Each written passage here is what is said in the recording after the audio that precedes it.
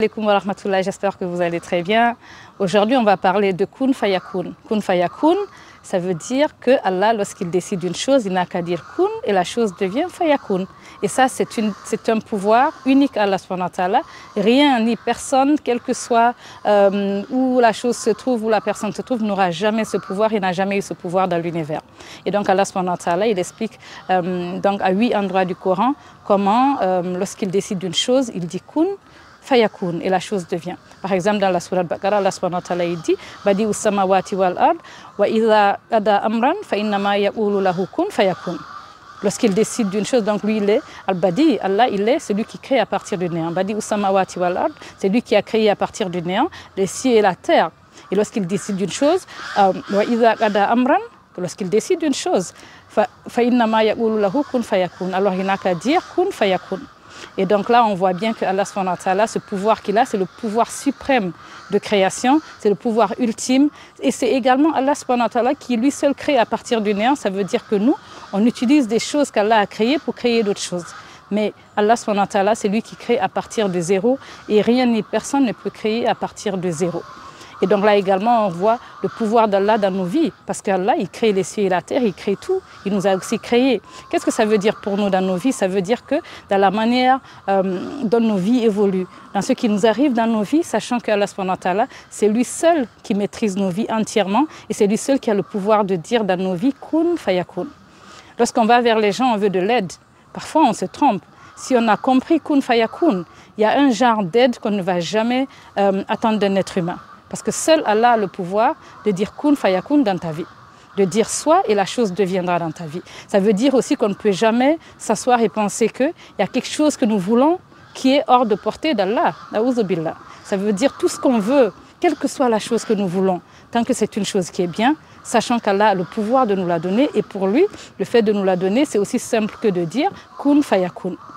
Ça nous permet d'être apaisés, ça nous permet d'être très sereins, ça nous permet d'éviter de donner aux êtres humains des rôles qu'ils n'ont pas en fait, parce que personne n'a ce pouvoir de kun fayakun. Et qu'est-ce qui est aussi important de savoir, c'est que lorsque nous nous remettons à Allah, husnul zan billah, le fait de penser du bien d'Allah, parce qu'il y a des gens, ils connaissent le pouvoir d'Allah, mais ils pensent qu'Allah ne va pas les aider. Et Allah, il nous empêche de désespérer. Il nous empêche de penser du mal de lui parce qu'il nous a dit aussi, dans les hadiths du prophète sallallahu alayhi wa sallam, qu'il sera comme nous avons pensé de lui. Si tu penses qu'Allah va t'aider, Allah va t'aider. Mais si tu penses qu'Allah va t'abandonner, Allah ne va pas t'aider. Donc il ne faut jamais penser du mal d'Allah, il ne faut jamais se dire que mon problème il est tellement gros, Allah même s'il a le pouvoir de m'aider, il ne va pas m'aider. Pourquoi, subhanallah, qu'Allah nous sauve d'avoir des mauvaises pensées, des pensées négatives, ce qui est interdit pour le croyant d'ailleurs. Également, donc kun fayakun, ça nous permet également de nous rappeler que même si nous avons des problèmes insurmontables, et quelqu'un vient nous dire je vais te donner la solution ou bien je vais t'aider, sache que cette personne ne peut pas t'aider. Et si quelqu'un te dit je ne vais jamais t'aider et je vais t'empêcher d'avoir ce que tu veux, sache que cette personne aussi n'a pas ce pouvoir-là. J'ai 2 histoires rapides que je veux partager par rapport à kun fayakun qui illustrent parfaitement le pouvoir de décision d'Allah subhanahu wa ta'ala. Premièrement, où je travaillais à un certain moment dans ma vie, il y a une dame qui était venue comme consultante et il y a une autre personne qui était dans le bureau et cette personne était chef de cette dame-là. Et cette personne avait un contrat très bien fait, très solide. Et cette personne qui avait un contrat bien solide avait décidé que la personne qui était consultante n'aurait pas de continuation, n'aurait plus rien dans cette organisation-là. Donc elle a tout fait pour que, lorsque le renouvellement du contrat de la consultante est venu, la personne a mis des bâtons dans les roues, elle a tout fait pour créer des problèmes à cette consultante. Finalement, la consultante est partie.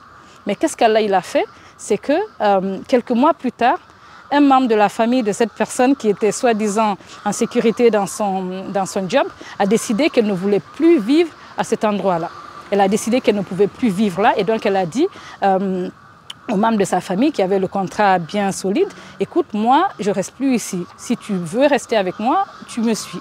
Et donc la personne qui avait le contrat soi-disant solide a dû quitter ce travail-là à peu près parfait pour aller suivre le membre de sa famille dans un autre continent.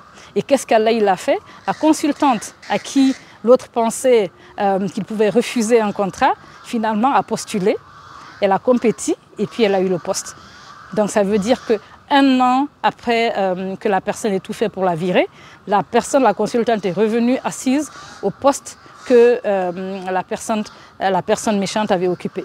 Ça veut dire que lorsque la personne était en train de penser qu'elle avait le pouvoir de refuser un contrat, elle ne savait pas que dans moins d'1 an, elle-même, elle aurait quitté et que la personne à qui elle avait voulu refuser quelque chose occuperait son poste.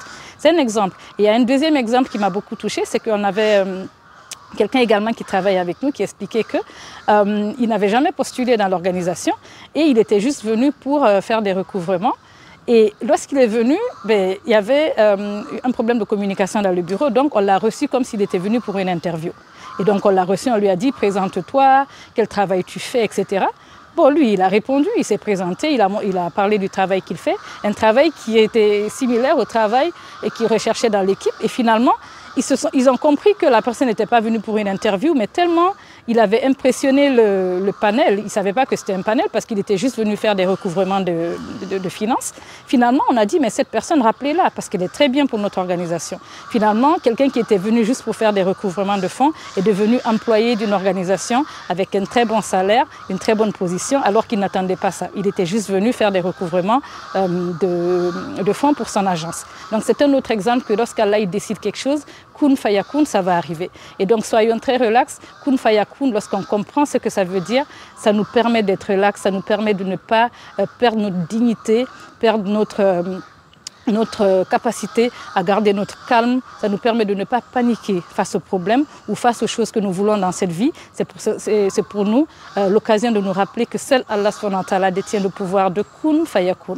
Donc si nous voulons un job, ou nous voulons nous marier, ou nous voulons sortir d'un problème, ou nous voulons qu'Allah nous protège de quelqu'un ou de quelque chose, quel que soit ce que nous voulons, ou nous voulons un enfant, et les gens disent non, c'est pas possible, etc. Ou bien notre enfant a des problèmes, les gens disent mais non, t'inquiète, ton enfant là, on sait qu'il va pas s'en sortir, etc. Sachant que seul Allah subhanahu wa ta'ala a le pouvoir de kun fayakun. Donc il ne faut jamais penser que ce que quelqu'un dit ou ce que quelqu'un fait, ça peut influer ton destin. Seul Allah subhanahu wa ta'ala a le pouvoir de dire kun fayakun. C'était ça le rappel. N'oublions pas qu'on doit rester très lié à notre Créateur. Et rien ni personne dans cette dunya ne peut nous donner des choses si Allah n'a pas décidé que nous l'aurons, comme on dit en anglais. When Allah says no, it can never be a yes. Quand Allah dit non, ça ne peut jamais être oui. And when Allah says yes, nobody can say no. Et quand Allah dit oui, personne ne peut dire non. Donc, en tout cas, rappelons-nous toujours qu'Allah subhanahu wa ta'ala, il est un et unique et c'est lui qui est le numéro 1, qui doit être le numéro 1 dans nos vies normalement et travaillons et faisons tout dans nos vies pour vivre cette réalité-là. Et sachant qu'il n'est jamais trop tard pour bien faire les choses, pour comprendre les choses. Et également, il y a beaucoup de gens qui utilisent kun fayakun pour faire des divertissements, des choses qui sont des amusements.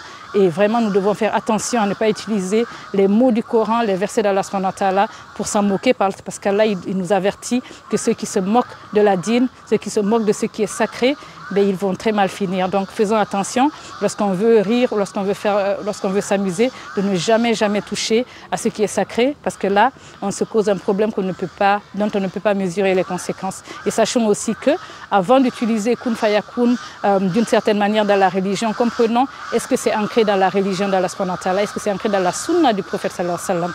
Si ce n'est pas ancré dans cela, si on n'a pas de source authentique de la sunna, ne le faisons pas. Évitons d'aller dans des sentiers qu'on ne maîtrise pas, parce que là encore, on ne sait pas jusqu'où ça va nous amener. Et tout ça, ça peut avoir de très mauvaises conséquences. En tout cas, rappelons-nous que cette dunya telle qu'elle est, elle ne méritera jamais qu'on perde Al-Jannah, le paradis.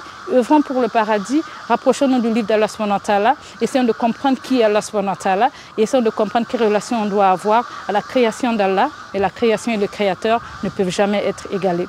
Donc en tout cas, c'était ça le message. J'espère que vous allez très bien. Jusqu'à la prochaine fois. Assalamu alaikum wa rahmatullahi wa barakatuh.